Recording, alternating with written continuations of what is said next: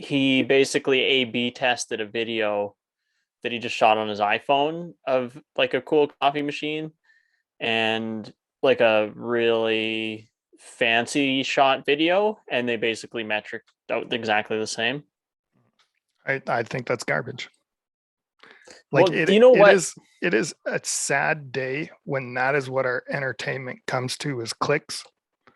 It is a sad day when we're forced to do everything by phone, and it is a sad day that I'm gonna flat out call it a lower level of entertainment is what's making it.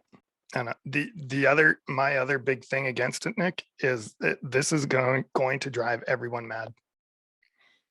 There's so much pressure for you to produce daily and to make things daily. You're going to stress yourself out to do it. It's not good for creators. I don't like it. You have to do everything all at once. I didn't. The only reason I watched the last one, I just thought it was an interesting. I wanted to see his take on it, and I thought he was going to be crying about it, kind of like you are, but he was embracing it. I'm not crying about it. I'm saying It's it's fine if you're trash. crying. I'm I saying it's trash. I'll cry sometimes. Doesn't matter. We're really becoming idiocracy, and we're really uh you know putting everything to that lowest common denominator. And hey, do you know what? You can't turn your phone sideways. We'll adapt for you. That's dumb. It's actually what we need Borowko for this conversation because he's got a really good in depth on it. He can do it better than I can. But basically, Call him up. it's Call him up. Get him to join right now. okay. Have we started the show yet? I haven't done an intro yet. No.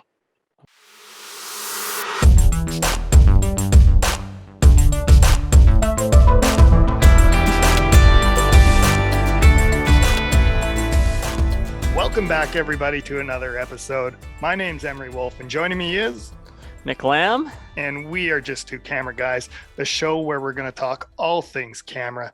And of all things, Nick, tonight is the night you were supposed to vote. I hope you did. And my wife makes me vote. Yeah. And we're clearly not paying attention to that because we're doing a show. We're making a recording instead of this. But yeah, I went out and voted too and got that civil duty done, or civic duty, I should say, done. Yeah. And yeah, it's kind of nice to ignore it. I'm not gonna lie. Yeah, I'm not. I'll have to when I go back in the house, but I think I'm gonna wait till tomorrow. See what happens. Kind of get surprised by it at work or something. Yeah, why not?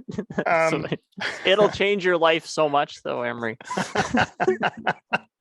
Yeah. Cool, Nick. There has also been a lot going on in the last few weeks. I think the first thing we need to touch on is the Canon R3 was finally announced last week.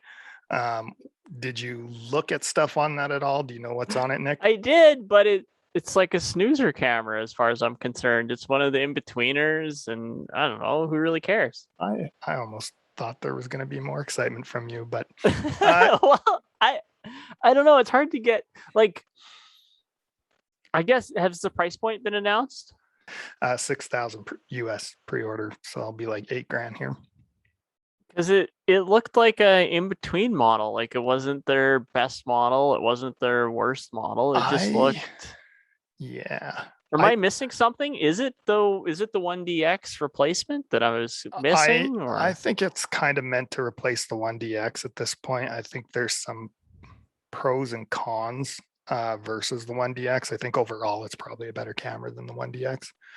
So what's the 1DX? The 1DX is dead then, right? Yeah, like, I mean, they're killing all of their DSLR stuff, right? Okay, so maybe I misinterpreted. I thought that this was an in-between camera and that they hadn't done the full-on 1DX replacement yet. Yeah, I wasn't like super jazzed on it. It's not a camera that fits me personally, so like I wouldn't do it. Like, I don't care about speed that much. Mm-hmm. But I mean, there are some interesting things on it. Again, some of that autofocus stuff and Yeah. whatever. The eye Yeah, control. the autofocus did look really good. I have to admit that. Yeah, but I feel like that's just like the mirrorless autofocus system, right? Like I'm sure, you know. But yeah, when they got down to their third or fourth highest ranking thing about the camera was wireless file transfer, I was kind of like, oh, what are we doing? Yeah. It's got a better image stabilization for it. So it's actually got the sensor shift image stabilization over the 1DX. It's got, well, according to this, it's got a lot more different. Well, I guess it is a different shutter because it's the electronic shutter. So you can shoot entirely silently, which is kind of nice. I mean, you've heard Hirsch at the Pats game. It sounds like that he's is firing nice. off a machine gun. Yeah. And this way you can quiet that out. But again, like just going through these, there's a lot of similar things in there. A lot of, there's a little bit of an upgrade, I think, in the video section, a little bit of upgrades in every little thing. I think the images are going to be a little bit nicer because I think the sensor is like a little bit of an upgrade, but I'm guessing. I guess maybe two things on the body itself is you can now have the flippy out screen thing, which I don't know how big of a difference that makes. Although I did find it quite handy when I finally got one to do like, really high shots where I'm looking at it. Yeah. Yeah. As soon as you start using it, it is handy. I can agree with that. And the other thing too, it's like, I think it's almost like a pound lighter or something. It's like half the weight, which is pretty crazy. Yeah, so the weight is the body of the 1DX was 2.75 pounds, and the body of the R3 is 1.8 pounds, so almost a full pound lighter. Well, I don't know. If I had a 1DX, not a 1DX, but if I had the latest, what is it, Mark 3 now, or is it still Mark 2? I can't even remember. I closed everything down, so I don't even know, to be honest. I guess, I'd be considering an upgrade then if I was I think if you need to upgrade type thing, and that would maybe be the way to go. The other thing too, I'm gonna say is like, so you gotta just numbers wise, they've got an R3 that is essentially the 1DX replacement. It's a little bit better, not a whole pile, but I still think that leaves a lot of room for an R1. And so like I'm thinking in the next like 3 years or something, there's gonna be something that sort of wows everybody. That's kind of what I was expecting here. That's why I'm kind of, it just didn't really jump off the page to me. But the next thing I want to move on to is another camera came out. I think it was last week too. It might have been, I can't even remember, but the GoPro Hero 10 came out. How do you feel about the upgraded GoPro? Did you even look at it? I have not seen it. So as far as GoPro go, right now I have the DJI Osmo Action Cam. So that's what I've kind of been using for my GoPro stuff. Now, the reason why we got that one is because Ruth, my daughter, likes to do vlogs and stuff like that. So it's got the screen on the front and the screen on the back, so she can hit a button and kind of watch herself and talk to the camera and stuff like that. So how does it stack up to, that's more what I'm curious, because the DJI Osmo Action Cam had its image stabilization was really good, and it had that screen in the front. So that's why I went that route instead. Yeah. I'm curious if this one's going to beat it. I feel like that's how I am on all these upgrades. Like they're almost like they're very irrelevant. Like that first big upgrade was the actual stabilization in them. Like that was pretty big for them.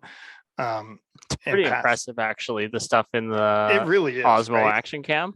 Well, even with the GoPro Heroes, I want to say mine's either a Hero 7 or a Hero 8. And it's like the first one they put the stabilization in, and like even that one's good enough. And am I going to upgrade to the Hero 10 to get a front facing screen? No.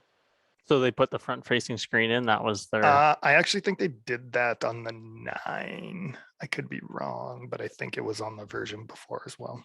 So, this is actually a good story about my Osmo Action Cam. So, we'd film like a ton of stuff where we'd film long form and kind of do like a time lapse and things like that. So we'd record for basically the whole card. And we were recording one Christmas. I think we just wanted to do a time lapse for like opening presents and stuff like that. So we recorded the whole thing, and it literally fried the camera. So like it overheated, and the camera would not turn back on. Nothing. Couldn't restart it. Couldn't reset it. And I emailed DJI, and they were like, "Well, what are you gonna do?"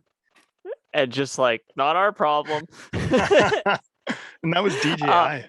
Yeah, Really? but so if I would have just took them at their word, it would have been nothing. But I just kept emailing, and I kept asking to talk to somebody else. I kept probably 10 or 15 emails, and finally somebody was like, "Wait a second, this is our problem.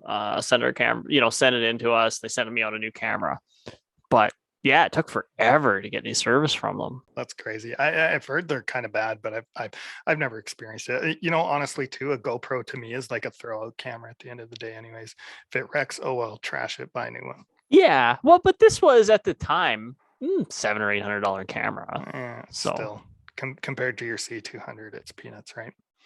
It is, but I don't know. It's frustrating. Yeah. You're talking to the guy who doesn't want to get rid of his 2013 MacBook, right? I know. Yeah, you're the guy. So, actually, speaking of that too, Nick, that segues into the next sort of topic is Apple had their big release of things on the same day Canon actually released too. Did you watch or pay attention to any of it? What are your thoughts on any of that? Where's my new MacBook? That's what I was wanting to know. Yeah. Where's my MacBook? I had a plan. My plan was to sell my existing MacBook, my PC, and buy the new 14-inch MacBook that never came out. I will say this. I'm happy about one thing, is that they're going to keep the mini phone. I think that's a good plan because it's for a guy like me. I have the original 6 SE still is what I rock for a phone, and I don't want a phone bigger than that. And it's just, this phone's still running and I don't need to replace it yet. But you won't buy a new phone, would you? Nah. Like the latest model? This one's getting like this. The phone I have is starting to kind of show some bugs and stuff. So it's sort of on its deathbed. I think it's going to last like another year, maybe 2 years. Okay. But I'm just happy they're keeping the mini line, because that means, when it does come my time, there should still be a phone for me. Yeah. The other thing too, Nick, with the phones, I don't know if you looked at the Pro version and what they all added to that. I didn't. I was honestly, I was paying attention to it, and I just kept wondering where my MacBook was. They put it all into the iPad mini. What they did with the phones essentially was I think they called it cinematic mode or something, but okay. I have seen some commercials about that. Yeah, where they're doing that sort of that depth of field, that fake depth of field shift in video instead of just on photo now. So I think that opens up like a lot of room for creators to use, I guess, if you're going to create. Are they picking it after or before? Like, is that something you can choose your focus after you've shot it? Kind of sounded like you could do both. Okay. That's a lot of data to choose it after, unless there's some technology that I would be unaware of. Well, that's like, they upgraded all the boring stuff, right? Like it's a new processor, it's a faster processor, and they upgraded the storage. Like the Pro, I think, goes up to 1 terabyte now. Oh, holy cow. Remember that? But I mean, that's to deal with that video, right? So yeah, it sort of seemed like this was like their attempt, and I think what we're going to see more of in the future, particularly with video and stuff, and that whole idea of creating from your phone to what you're actually putting out on social media or whatever you end up putting stuff out. Yeah, it's getting closer. Yeah, which is just, it's like another step to making, our cameras that we're using for this obsolete. Yes and no. So I remember this happened to me, I want to say 15 years ago. So the movie Avatar, have you seen it?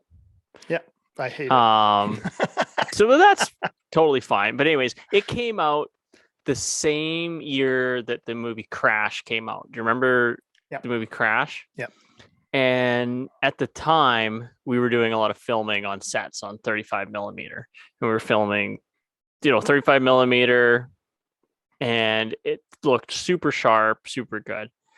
But then Avatar came out, and they remember how sharp it looked? Yeah, like, I mean, yeah. But I mean, like, a lot of that was digital. So I feel like Yeah, it doesn't count. I guess. But so what happened to me literally today was a similar kind of experience, because I remember just going, holy cow, this is sharp. Like, this just looks so good. And it kind of ties into, yes, your phone can look good, but there's certain things that it just can't ever do. So the new Matrix commercial, have you seen that? Yeah. Or trailer? Yeah. I was watching it on YouTube, and I literally went, I was just like, oh, I'm not paying for the 4K thing right now, because I thought that for some reason my account had automatically switched over to paying for the 4K. Yeah. And I literally double checked it, just going, nope, it's still 1080p. But that commercial or trailer is so sharp. Like, the lenses in it were obviously unbelievable. Like, the difference in quality from that to what I'm filming on my C200 and the Canon photo lenses are not the same. Yeah. I'm going to do two things here. One, Nick, and I'm going to say one, the first problem with Avatar was the fact that in 1992, there was a better movie called Ferngully that was made. It was a cartoon, which I'm 99% sure that they ripped off for Avatar, and Ferngully was a better movie. So that's why I hated Avatar. Thought it was stupid because Ferngully did it better, 20 years earlier. You know what? It could have been ripped off, but I remember they wanted to make Avatar sooner. They just had to wait for the technology to allow them to do it. And they did do good work. Like, don't get me wrong, that stuff was good. But this actually also segues to our guest for tonight, and our talk, because we're going to jump into this stuff a little bit. I think it's going to be a little bit of a therapy session, at least for me. Yeah. Anyways, I don't know how much it's going to be for you. I think we should make it for both of us, really. I think that'll be a fun little gag. I'm clearly more grumpy about this. I've had rants with Nick about this before, but we also know our good buddy Ryan Borowko has a good take on this as well. And we're really going to answer the question as to, is social media and today's entertainment ruining entertainment? So yeah, joining us tonight is Ryan Borowko. Do you want me to turn my camera portrait or landscape, or because I'm on my phone right now? I left my laptop at work. I'm not gonna lie, I don't really care. Although I think landscape. Do you know what? I actually think you leaving it portrait would be ideal for the conversation we're about to get into. Yeah, we're gonna talk about what's the term? TikTok portrait videos. Basically, Emery, no matter what argument I said back to him about how TikTok and Instagram and YouTube is not better, it's not worse, it's just different, Emery completely disagreed. And I've come to the realization that it's okay. Like, I don't have to convince him. It's okay to disagree. But I was hoping that Ryan... That's that realization where you're like, it's okay to disagree. That doesn't exist on social media. Like, it's totally polar. There's no space for like, I disagree. Like, it could be the most inane thing. You could be like, I like cats over dogs, and someone would be like, if you don't like dogs, I can't trust you. You're a racist. You know what, Ryan? It's funny you say that, because that's not even my problem with social media. Like, my problem gets to the point where it's like, you get into those arguments where it is, I like cats over dogs, and that's what people spend hours on. And I'm just like, in my mind, I'm like, that's a garbage. That's a waste of your time. And that's where I feel like that's like the start of where social media ruins things. And actually the real start is what you did at the start was wondering if you should turn your phone landscape or not. Okay, you got to expound on that, because I was doing that from a purely editing perspective, where it's like, okay, yeah, I guess I could keep my phone in portrait, and then you could build like a 3-box with 2 landscapes and a portrait. Or if you ever wanted to go full screen, you'd be screwed on this. So like, I don't know if that's a social media thing. I think that's, making it a social media thing. That is sort of the point, right? And actually, do you know what? Actually, I think you're phrasing it right. It's not social media, it's your phone itself that's sort of ruining it. And so basically, before we had these things to record these or whatever, every single screen you had worked in, your landscape sort of view.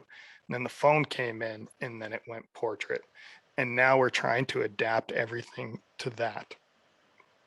Or we were just talking about the new iPhone and how that idea is you create on your iPhone and put out on your iPhone. Everything's done on your phone now. And that sort of seems to be the future of it. But then does that mean, do our TVs, are we going to have to flip that portrait because everything's going to be done portrait now? And then my other problem with it is my line I use all the time is life doesn't work north to south. It works east-west. And so whenever you're trying to video something of like an action or whatever, it's just a weird, bizarre frame. So I'll pick on hockey for an example. If you're trying to shoot hockey on a phone, you're going to have all this action in the center of the frame. And then your top third is going to be the roof of the arena. Your bottom third is going to be, fans sitting in a chair. And you got a little section of hockey, and then trying to keep in my mind, trying to keep up with that action is going to be really difficult. There's no nose room. There's no leading. There's no, I hear what you're saying. But if you flip the other way, so that's what I mean. Like that was kind of the start of it. And that's sort of how I view it as ruining entertainment. Okay. Can I respond to that, or does Nick need to expound on that? No, Nick needs nothing. Don't give Nick anything. No, well, basically my thought of bringing you on was not even, yes, you can argue for or against, but just basically give. I think, yeah. Okay, so I'm going exactly where you want me to go already. I can read your mind. So like, this is the thing. Emery, you're not wrong. Like, sports and certain things should always be shot in portrait, but sorry, in landscape. I said portrait just because I'm dumb. But the landscape format is great because we've developed it to the point that we know exactly what we're doing with it. The portrait format is annoying because we're locked into a landscape view of things. And it's just like any technology. When something new happens, the concept of using it the way that it was before gets disrupted. That's why we talk about like technology, like disruption conferences, or like, this technology is going to disrupt the industry. But the first vehicles we ever made were cars. We made cars because they moved people, because they were the replacement for the horse and buggy. But then somebody got this great idea to move dirt or grain or wood. And so we developed a truck. And so I feel like landscape and portrait video is just the development, the evolution, and the maturity of the medium. And I'm not saying that one is better or worse than the other, but what we haven't done is we haven't developed the concept of portrait video into something other than 6-second or 1 minute or 33-minute consumable videos. We haven't developed it past instant gratification yet. Whereas the landscape format is it's a long form story format, and that's why it feels so much more powerful. And like when I said 6 seconds, for all the people that are like watching this that are social media aficionados, like 6 seconds was Vine, and then TikTok was 60 seconds, which was 10 times what Vine did, and then TikTok finally expanded to 3 minutes. But in between there there was Instagram video, and Instagram, it was a big deal when they started giving you 15 seconds of video, but it never caught on because Facebook likes to do dumb things. But well, Instagram Reels is 30 seconds right now. Sorry, what is 30 seconds? Reels are 30 seconds. Reels. Instagram Reels. Yeah. Did you learn about that on MySpace? Reels are huge right now. I'm not hip with it. I'm not like, no, it's so Reels new are that huge I don't right know. now. Really? Okay. Well, I guess I'm behind the curve. I was going to be fine. like, did Tom from MySpace invite you? Yeah. No, yeah. So you know what? And I think that's actually probably a fair point. We're like really in this infancy stage of portrait video and what we can do with it. And actually we're probably not, TikTok is probably doing it a disservice at this point in time. I think social media in general, across all formats, is doing media a disservice generally because it's reducing it from substantive content to consumable. I mean, it didn't start with social media. Like news media kind of made sound bites and made it like like kind of throwaway concept. We're also kind of to blame for that, right? Like that culture now is throwaway, and we want things snappy, you know. Yeah, but the thing is though, you can make things snappy without, like, you can tell a meta narrative and have lots of cuts. It doesn't need to be disposable. We're digging real deep into this. Like, I think the disposability of content is a reflection of how much we don't value the creator. Well, no, I think that's an interesting point that I kind of want to touch on. Because I was thinking about this the other day.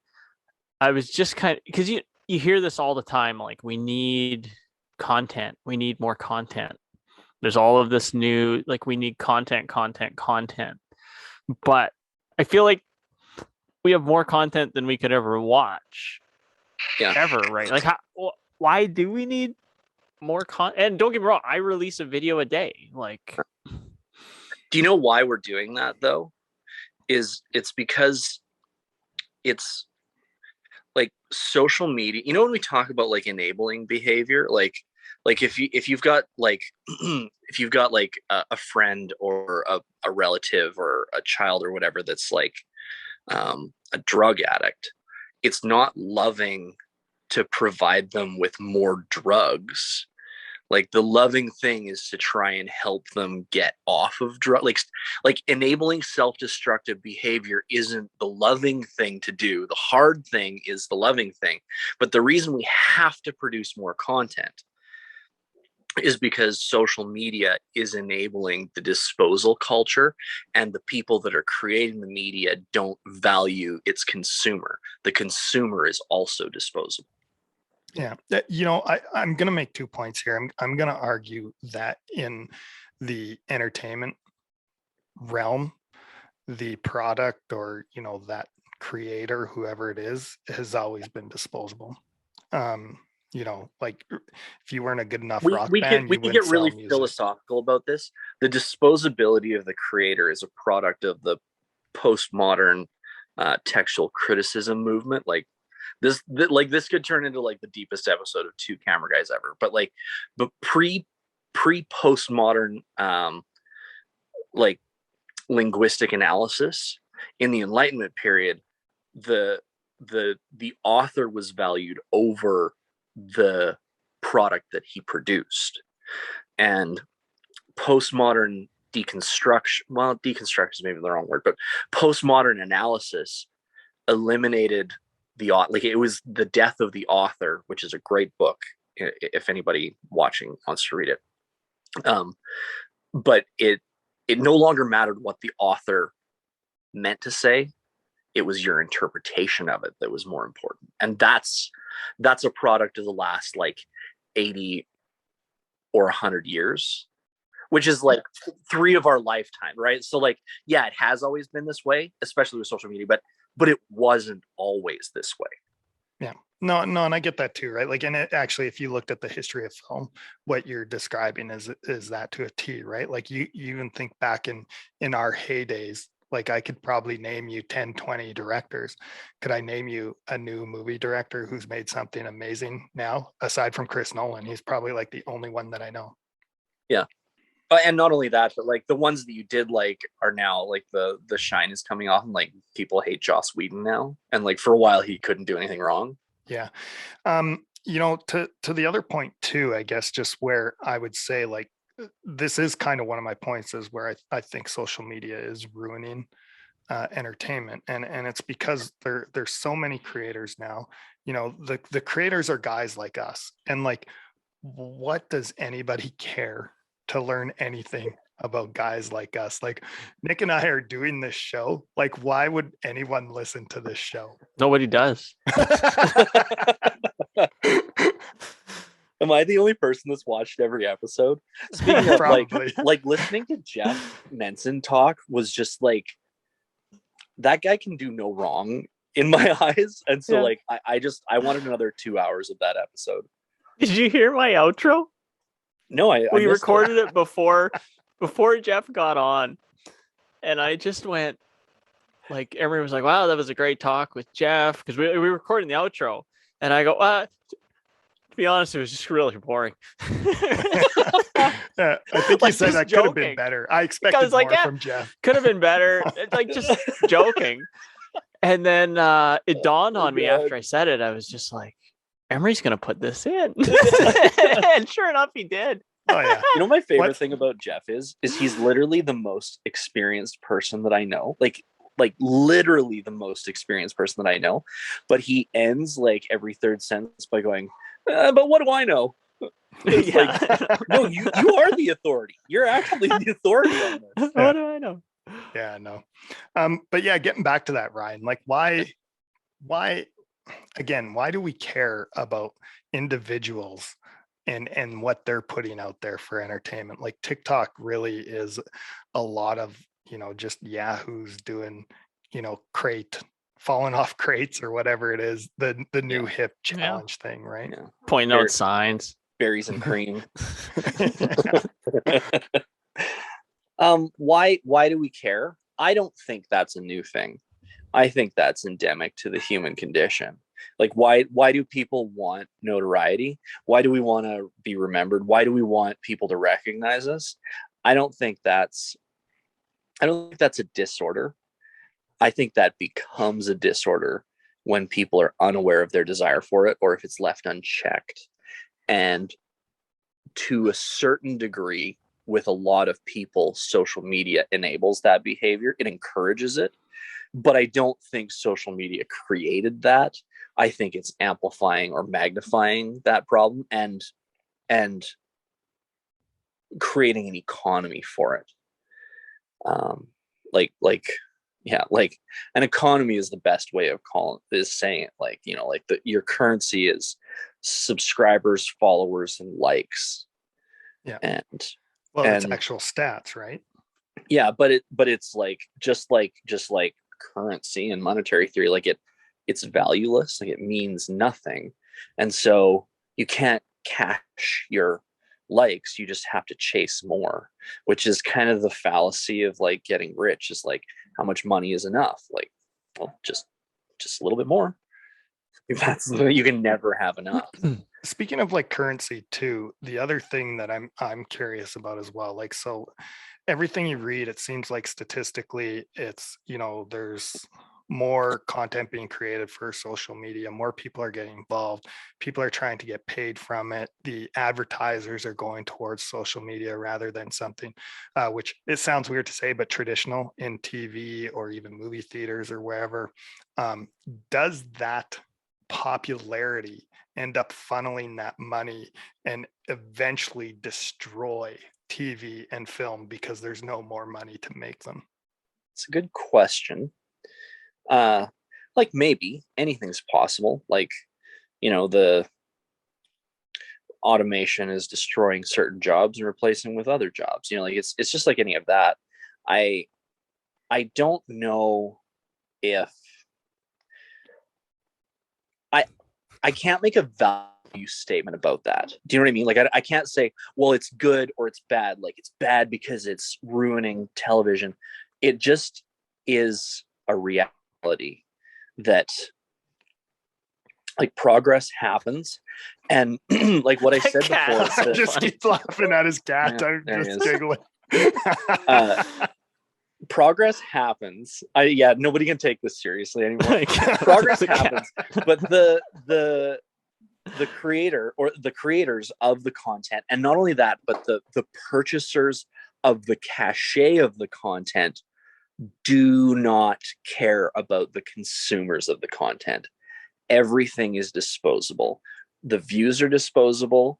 The value that you generate from this particular piece of content is completely disposable.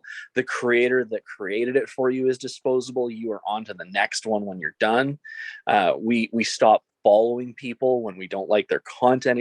It's just like cryptocurrency, because there's nothing tied to it to give it any sort of value. It's just pure volatility. Social media is pure volatility in social clout. You don't have anything like you didn't like Kanye West isn't social media famous. He's crazy, but he also has a multi-billion-dollar fashion business. So even if Kanye West goes off the deep end and says things that completely destroy his social currency, he still has this thing that is a business that's in the real world, but social media has none of that. There's no, it's all virtual. That's an interesting point. Also, Nick, in our intro, when we were talking about everything new, we clearly did not talk about the new Donda album and the #1 Lover Boy or whatever, the whole feud. Okay, there's one song on Donda that I am 100% convinced that they screwed up the master. Like, because there's this one, I can't remember what song it is. I gotta look it up. But he raps for like 2 minutes, like with nothing. And then immediately when he finishes, a beat kicks in and goes without rap for 2 minutes. And if you like cut it up and line it up, they line up perfectly. I swear they screwed up the timeline, or there's some sort of incomprehensible hidden meaning to that is too artistic and is completely lost. They just did it so you would talk about it. Maybe that's it. I like how hip Nick is. He looks like he followed that entire conversation. Social engineering. Yeah. Another thing you mentioned before was about likes. Do likes create a problem? Like, and does that degrade stuff? Like when people are doing things to get more likes, to affect the algorithm? I think the likes are a bigger problem for the individual than they are for the platform. So at the Rod Peterson show, we have an image that hangs right above the main multi-view in the control room, and it's Mark Zuckerberg kind of like looking like, and you remember the Mean Girls, like, get in loser, we're going shopping. Yeah. The text is, get in loser, we're ripping apart the fabric of society with short-term feedback driven dopamine loops. And it's only half tongue-in-cheek what's going on there. like we're kind of aware that doing a show for social media is kind of contributing to the problem, but at the same time, you're either in it and doing something that you have a clean conscience about and you feel good about, or you're abstaining and just letting it churn itself into awful. So I don't think running away from social media is the only answer. I feel like there is value in there. But 10 or 15 or 20 years from now, whenever we look back, like we're gonna talk about social media as like a net negative on like our societal identity. And also we're still in the infancy of how we use it. So like X number of years from now, we're going to be like, we let children access Twitter unaccompanied, like for free. That you should subscribe to that. Like, just like early on, like when we developed the automobile, I'm sure people were like, ha ha ha, look, there's a baby driving a car. But that's totally insane now. Or like alcohol, where it's like, you shouldn't drink alcohol and drive. But those rules had to be developed through experience. And I think we're gonna get to a point with that with social media. Like, we already are. We're trying, but we're doing it in like a feudalistic manner where we're like putting it on the social media companies to create these rules for us, when really, I mean, this is probably the most like totalitarian thing you'll ever hear Ryan say. But like, that is the government's job, is to protect us not only from ourselves but also from those that would exploit our interests. Like, that's what unions are about. That's what and so like that's what speeding laws are about. All these things, like, there's going to be a whole system of rules for the way that we use social media, just like electronic trading of stocks developed a bunch of rules because otherwise you could game the system. But we're just not there yet. We haven't figured out how to control this thing that is having a profound effect on society, both positive and negative. So if I'm hearing this correctly, there's essentially, I'm hearing a 3-part solution to you. One is the social media themselves. They have a responsibility to be doing something. How much that is, we shouldn't be fighting with them, I guess, is sort of the point. But two, there should be some responsibility laid onto government as a whole, as in the public interest. And then three, there should be some personal responsibility. Yeah, and it has to be all three of those things, because that's how society works. That's right. How every part of society works. So given like where we're at now, then, so basically, trying to tell Facebook what to do isn't going to happen for your average person. Telling the government what to do isn't going to happen for the average person. I mean, you can try with your vote tonight. But essentially, we're from the West, it doesn't matter what we do. Yeah, essentially it leaves you. So what if people are having issues with social media? What can they do now? Do you know what? Maybe a better, like, use me as an example. Like, I get annoyed with things on social media. I don't want to be on it. Like, honestly, I would almost like delete it all, except I'm like horribly reliant on it given what I do. I hear you. Like, so if you're a creator, the first thing that you can do to take back your creativity is turn off likes and don't interact with the consumers. Don't read the comments and don't look for likes. Create for you. Everything that you put out there is something that not necessarily that you're proud of, but is part of your creative process. It needs to become a platform for you to put your creativity out instead of a platform for you to receive feedback on your creativity. Because really, the only people that have a right to give you feedback on anything are the people that you invite for that feedback. Like, unless you're like doing something felonious and the police need to give you feedback and you need the rule of law enforced on you, the only feedback you really need is from people you care about and people that you invite into that space. So that would be number one. Yeah. That's your PO officer, Emery. Yeah. Your social media parole officer. Yeah. Do you know what's funny actually too is like, that's one of my other lines I use all the time, like with our Facebook page is, I used to like to see like when to make sure mom was seeing stuff, and now like it's too big and I can't tell and it bugs me, right? Like, so when mom actually shares my stuff, I always give her a like now. Like, make sure mom. See, that's the humanizing part of social media. But like, what we're so good at now as a culture is objectifying everything.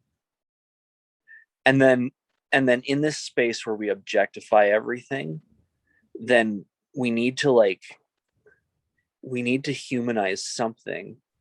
So then we anthropomorphize the most innocent thing that we can. And that's why we love innocent kitty videos, is because that's the outlet for when everything is an object.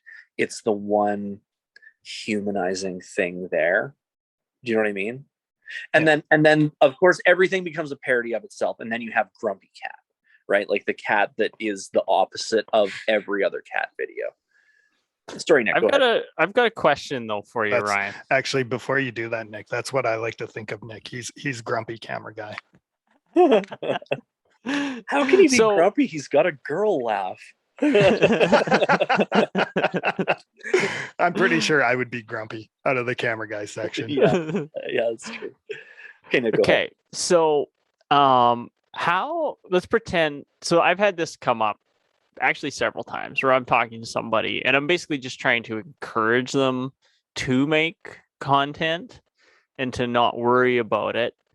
But so right now when I put out a video, it'll get hundreds of likes, hundreds and hundreds. But how do I encourage them to say that likes don't matter? Like, you know what I mean? How do I get over that hump of going? So what you're doing? Likes don't matter, but yeah, no. But what the missing component in this is that person is comparing their content to you or other content. So they're not doing it for themselves. They're doing it for comparison purposes. And that's still not producing content for yourself. That's producing content for everybody else to compare you to someone else, or for you to compare yourself to someone else. You're still not producing content for you. I think that's pretty well said. I feel like that's probably why we do this show, Nick, because we clearly do not give a shit about our stats. Well, we why I'm on here, because like I just have zero fear of anybody hearing anything that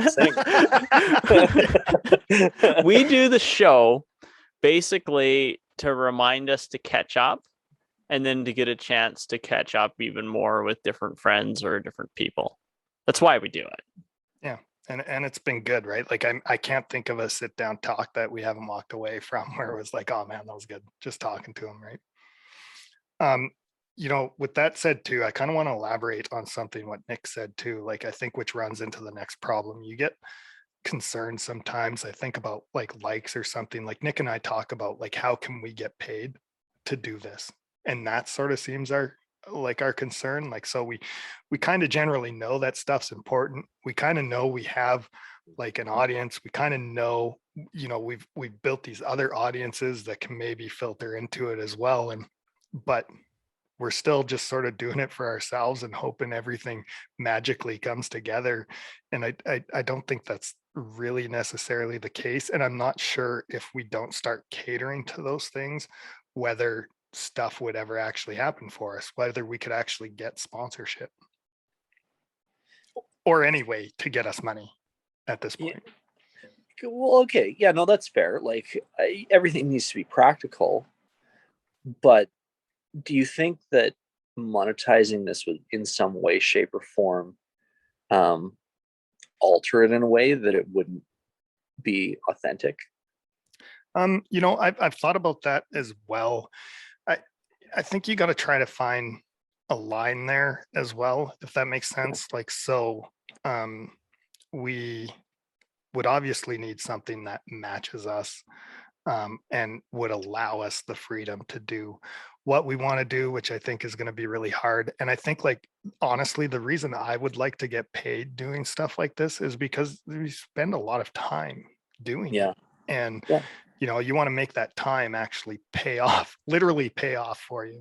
You know what the best version like, I don't have an answer for this. I have questions for you, and those questions could help you find the answer, but I don't have the answer. And also those questions might not help you find an answer. But the best version of sponsorship that I've ever heard is if you listen to John Green's The Anthropocene Reviewed podcast at all. I don't. I will now. I do. Yeah. It's amazing. Okay. So he has one sponsor, and it's a like an insurance aggregator. It's like Allstate, but it's like a bunch of different things. And he writes these profound promos where he's like rewriting their tagline. He tells a short story about why something is important and then applies insurance to that concept and writes some sort of tagline about it. He's like, that's not their tagline. Just buy insurance. You need insurance. Just buy insurance. Get it from these people so I can keep making the thing. Like it's not gimmicky. It's not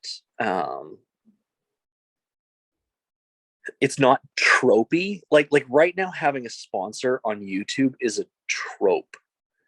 Do you know what I mean? Like the way that you include it in your video, it's like, hey guys, smash that like button before there's been any semblance of content, and we're going to jump right into our first sponsor, which is we're going to cut in here, and our episode is brought to you by Squarespace, and it's got like, it's totally misled.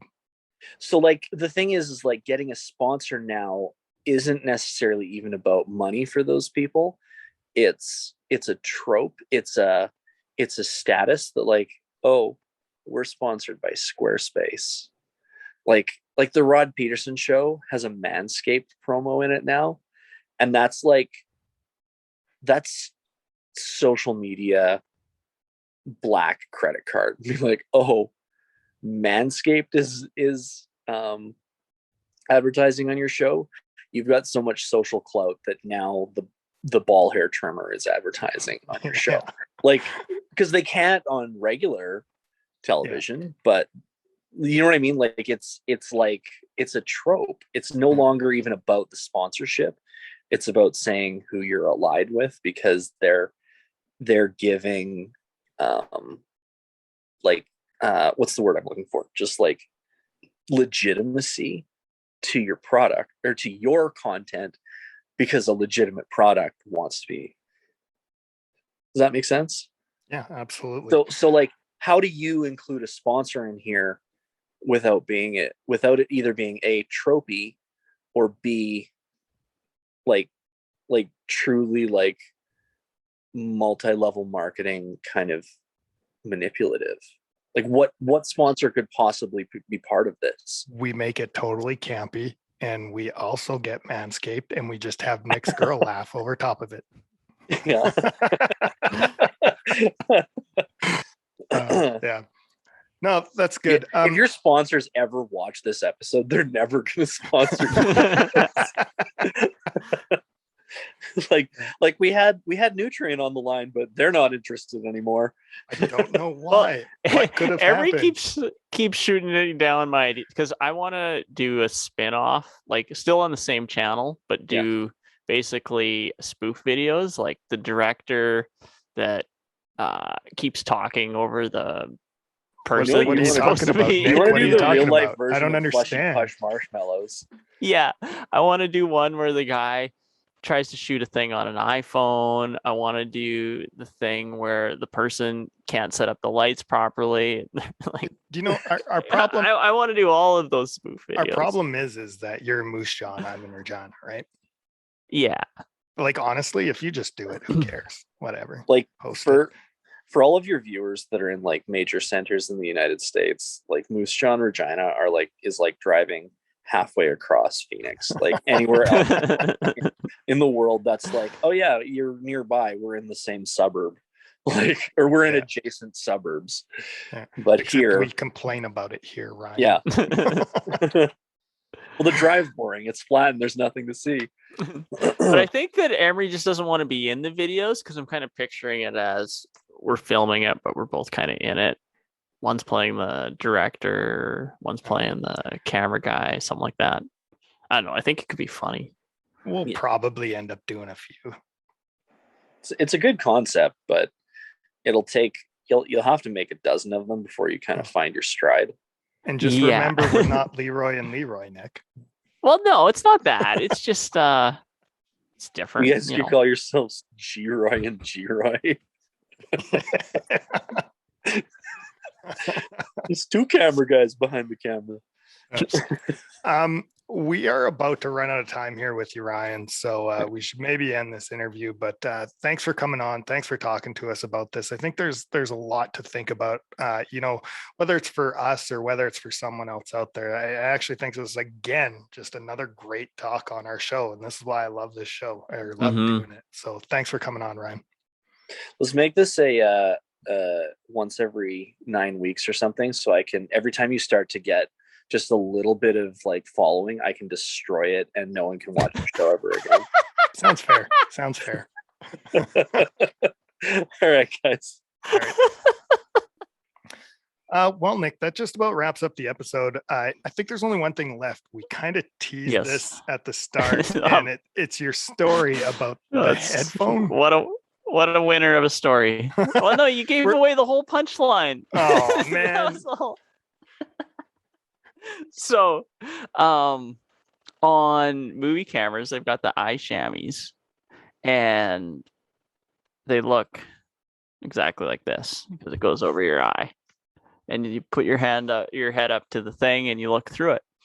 And I was out filming the other day, and it's weird. It was like all of a sudden this thing fell to the ground, and I was just like, my camera doesn't even have a chamois. It's like, why is there a chamois on the ground? It's just like, there's not even, and I was just trying to figure it out. And I was like, this doesn't make any sense whatsoever. And so then I pick it up off the ground and I was like, oh, I don't know what to do with it. Do I just hang on to it? And I just there's a trash can downtown Calgary nearby. And I just chucked it in there. And then we're like, all right, time to go film. And I took my headphones and I put them on. I was like, why is my ear killing me? What is this weird plastic feel? It's like there's a piece like jabbing into my ear.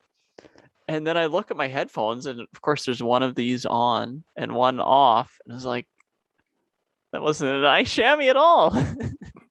So did you have to go pick it back out of the garbage? Well, I went back to the trash and I looked at it. And I was just like, it was like a half-eaten tuna sandwich or something like that. I was just like, no, I'm not doing it. I just order a new one. You're like, I don't carry Lysol wipes in the car. Yeah, I'm good. I'm done. Yeah, I just, no, I'll pass. Well, do you know what? It wasn't that bad. At least we got the garbage can story part out of it anyways. Anyways, now that we're going to leave people on such a doozy of a story episode, that's what we're going to end on. It's a good thing people stuck all the way to the end just for that one, right? Or keeping them on that little cliffhanger. And it really should have teased it for next episode. Next episode, we talk about Nick's losing. You're always losing stuff, man. I searched on eBay for an hour. I'm giving away part 2 and then ordered a new one. Trying to Sony ear foamies, Sony ear protectors. Yeah. So you're really going like full old man here too. Like it seems you're losing something every week. So wasn't it last week you lost like a cord or something? Yeah, I did lose a cord. That's not the it's not the worst thing I've lost. If anybody finds a receiver, no, it's a transmitter. Yeah, the thing that picks the mic, a Sennheiser one. I've got 5. I need 6. My kid has 6. And I've got 5 right now, like transmitters. So 3. I just got 3 wireless mic sets, but I've got 5. Well, I'm missing 1. Let's put it that way. Yeah. There's 2 things going through my head right now. One is I can't believe I rent this guy in my teleprompter all the time. No kidding. Yeah. By the way, and the iPad Pro. Emery's, that's also missing. Yeah. If anybody finds it. And then the second thing is like I should probably like invoice you for that or something. Oh yeah, I was gonna mention that. Yeah, I'm just missing money. It's no big deal, Nick. Yeah. I was gonna Oh, send that boy. today, just the thing, but I didn't. I wanted to wait because if I send money early, then nobody ever sends me an invoice. Yeah. No. Wait for me. I actually got to send an invoice to IKS as well. So I'm usually pretty good at not losing camera gear. Like that's kind of my thing. It's weird. I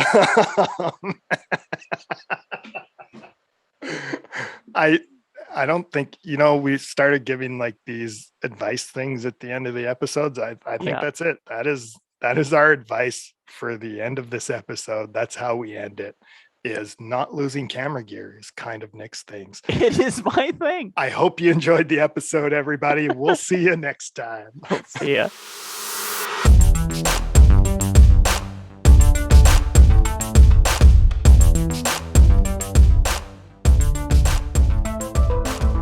I'm probably going to have to invite Nick because he's useless at this. Sorry. I have to go back to portrait. There we go. Yeah, that was when you used to actually come out and film. Yeah. Ooh. back before I got an office job. Again, though, if a beer company was to sponsor us, that would be mint. And then just go to their place all the time, right? Yeah, Pilot Bones, awesome. Basically, just asking you to hang out. Yeah, I'm trying to make sure you can come out and play one day a month. Yeah, as long as it's not Wednesday or Friday and it's after 7 p.m., I'm in. We'll even give you some of Nick's fun money. Whoa. Emery's spending Nick's fun money like it's a game. I really don't know where that transmitter is. I've looked through all my stuff. So all security is fake security, but your best sense of security you can have is being worthless. Because then no one wants to steal your stuff. You're not worth anything anyways. You should really just interrupt him and say, and I'm Nick Lamb, because that's that's the trope for podcasts. Yeah. Ryan, you have no idea how many times I've thought about like cutting it quicker, and I just don't. No. I used to put tape over it too. Yeah. On movies, where then you'd have to literally take the tape off to put it back in the camera. I'm a bit of a princess too. I kind of want to make it like fancy stickers, like have them stickers. Have them like little black ice cubes or something. Okay. Yeah, just use tape. I tell people all the time, like, I have no idea how I passed film school. Like, when I watch my old stuff, it's that bad. It's what school's for. Yeah, all right. That's what I spent $40,000 for. Although I've been watching Seinfeld videos lately, so my YouTube's kind of filled with Seinfeld. Yeah, I feel like I've lost a lot of elections. Emery's taking the election personally. I lost this election. It was me. I lost it. Son of a bitch. I just don't think we ever really got to the... Whatever, it didn't work out the way I had it planned, but Ryan's so good that it didn't matter. Yeah, I don't think there is an answer, Nick. That's the problem, right? My Instagram's 90% like other photographers or people like that I follow, and even though I hate posting to Instagram because I hate how it all works, I've enjoyed Instagram more because of that. That was smooth.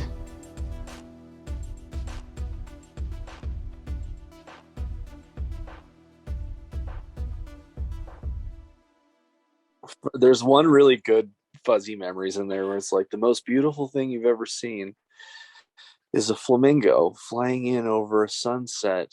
It's just like, it's like 3 paragraphs of description. Then at the end, he's like, and you're drunk.